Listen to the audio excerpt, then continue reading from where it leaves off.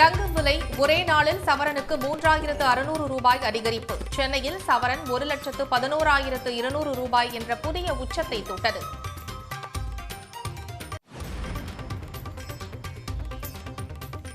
வெள்ளியின் விலை ஒரே நாளில் கிராமுக்கு 22 ரூபாய் அதிகரிப்பு. சென்னையில் 1 கிலோ வெள்ளி 3,40,000 ரூபாய்க்கு விற்பனை.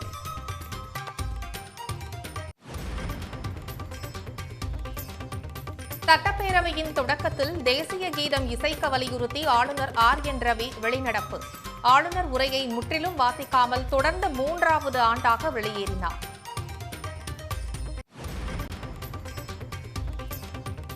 ஆளுநரின் நடவடிக்கை அரசியல் அமைப்பை அவமதிக்கும் செயல் என்று முதலமைச்சர் கருத்து.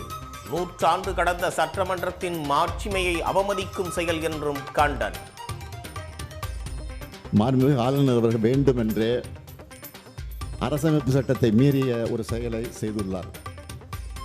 ஆளுநரின் செயல் என்பது 100 ஆண்டு கால மரபையும் நீண்ட பாரம்பரியத்தையும் கொண்ட இந்த மக்கள் சபையை, அதன் மாட்சிமையை அவமதிக்கும் செயலாகும் என்றே நான் கருதுகிறேன். ஆளுநர் உரை மரபை மாற்ற நாடாளுமன்றத்தில் திமுக குரல் எழுப்பும் என்று முதலமைச்சர் மு.க.ஸ்டாலின் பேச்சு. அரசியல் அமைப்பு சட்டத்தில் திருத்தம் செய்ய முயற்சிகள் மேற்கொள்ளப்படும் என்று உறுதி.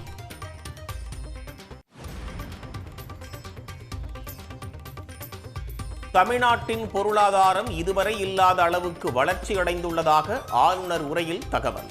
காலை உணவு திட்டத்தின் மூலம் பள்ளி குழந்தைகளின் கற்றல் திறன் அதிகரித்திருப்பதாகவும் பெருமிதம்.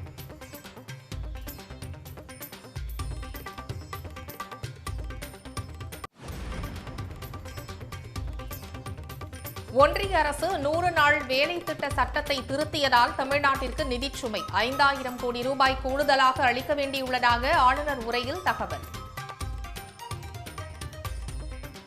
மாநில அரசின் நிதி நெருக்கடியினை மேலும் அதிகரிப்பதற்காக PBGராம்ஜி என்ற புதிய திட்டத்தினால் தமிழ்நாட்டின் நிதிச்சுமை ஆண்டு ஒன்றிற்கு சுமார் 5000 கோடி ரூபாய் வரை மேலும் அதிகரிக்கும். சட்டப்பேரவையிலிருந்து அதிமுக, பாஜக, அன்புமணி ஆதரவு பாமக உறுப்பினர்கள் வெளிநடப்பு. முதலமைச்சரின் தீர்மானத்திற்கு எதிர்ப்பு தெரிவித்து வெளிநடப்பு செய்தனர். வீடியோவை தான் ஆஃப் பண்ணுவாங்க, இன்னைக்கு உங்களுக்கு ஆடியோவை கூட கம்ப்ளீட்டா கட் ஆஃப் பண்ணிட்டாங்க.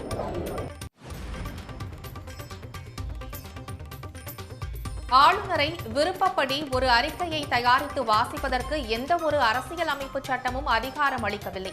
அரசின் உரையைத்தான் வாசித்தராக வேண்டும் என்று அரசியல் கட்சி தலைவர்கள் கருத்து.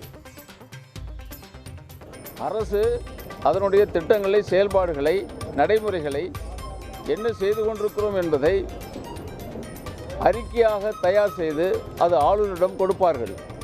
ஆளுநர் அப்படியே என்ன இருக்கிறதோ அப்படியே வேண்டும். அதில் எந்த விதமான கருத்து சொல்வதற்கு ஆளுநருக்கு சட்ட ரீதியாக எந்த அதிகாரமும் இல்லை. ஆளுநர் ஆங்கில உரையை படிக்காமல் வெளியேறியிருப்பது இந்த மாமன்ற மரபுகளை, மாண்புகளை மீறுவது மட்டுமல்லாமல் இன்றைக்கு அரசியலமைப்பு சட்டத்தை ஆளுநர் மீறியிருக்கிறார். இதை இந்திய கம்யூனிஸ்ட் கட்சியின் சார்பில் வன்மையாக நாங்கள் கண்டிக்கிறோம். தேசபக்தி உணர்வு பொங்கி வழியக்கூடிய தமிழகத்தை இழிவுபடுத்தி இருக்கிறார், அவதூறுகளை அள்ளி தெளித்திருக்கிறார் RN ரவி அவர்கள்.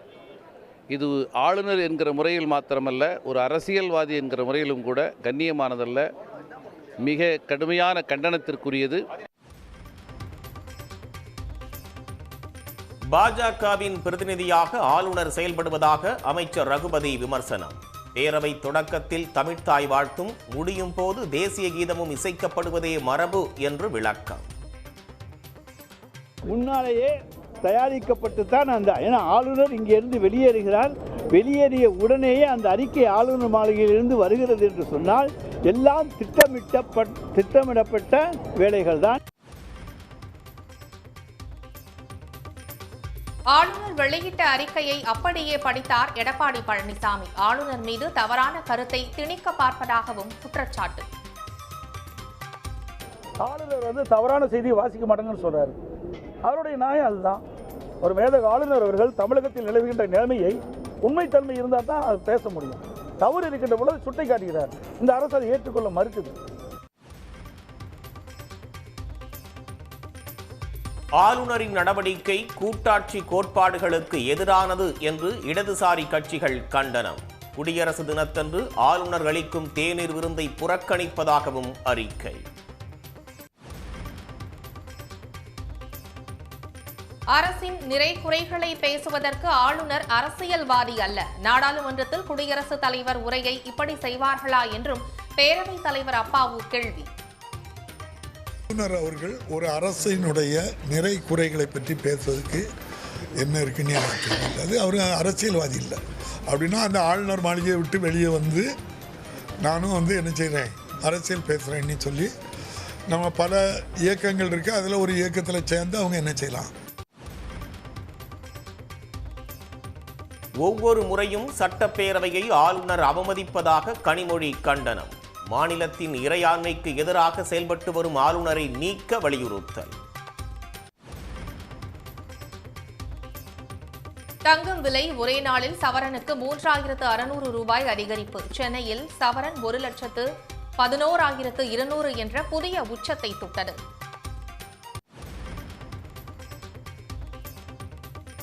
வெள்ளி விலை ஒரே நாளில் கிராமுக்கு 22 ரூபாய் அதிகரிப்பு.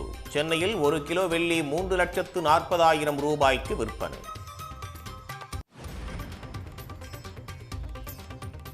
தமிழ்நாடு சத்துணவு ஊழியர்கள் சங்கத்தினரின் காலவரையற்ற வேலை நிறுத்தம். தமிழ்நாட்டில் ஆங்காங்கே மறியல் போராட்டம்.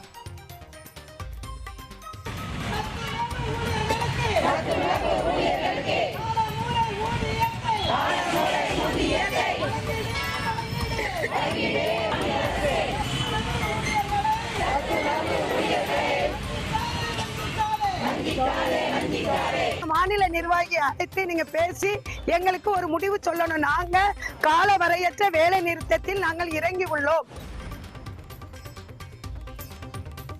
உதகை மாயார் செல்லும் சாலையில் இருசக்கர வாகனத்தில் வந்தவரை அச்சத்தில் உறைய வைத்த புலி. சாலையை கடந்து சென்ற புலியின் வீடியோ வெளியீடு.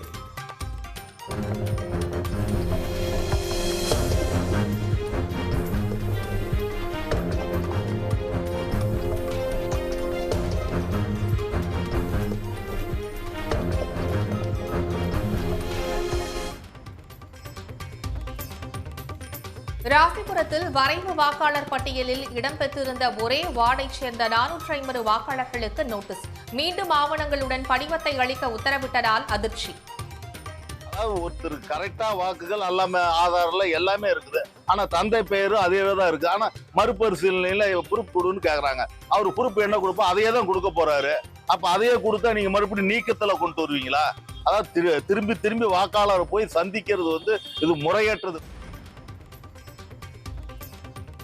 திருச்செந்தூர் சுப்பிரமணிய சுவாமி கோயிலில் ரீல்ஸ் எடுக்கவும் ட்ரோன் பயன்படுத்தவும் தடை. மீறினால் வழக்கு பதிவு செய்யப்படும் என கோயில் நிர்வாகம் எச்சரிக்கை.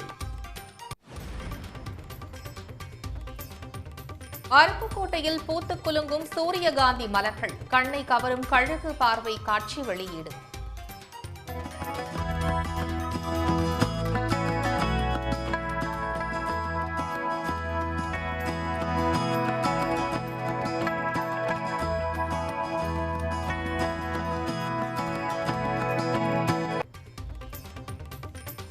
முசிறி காவிரி ஆற்றில் சிறகடித்த பறந்த வெளிநாட்டு பறவைகள். ஆயிரக்கணக்கில் குவிந்த பறவைகளால் மக்கள் மகிழ்ச்சி.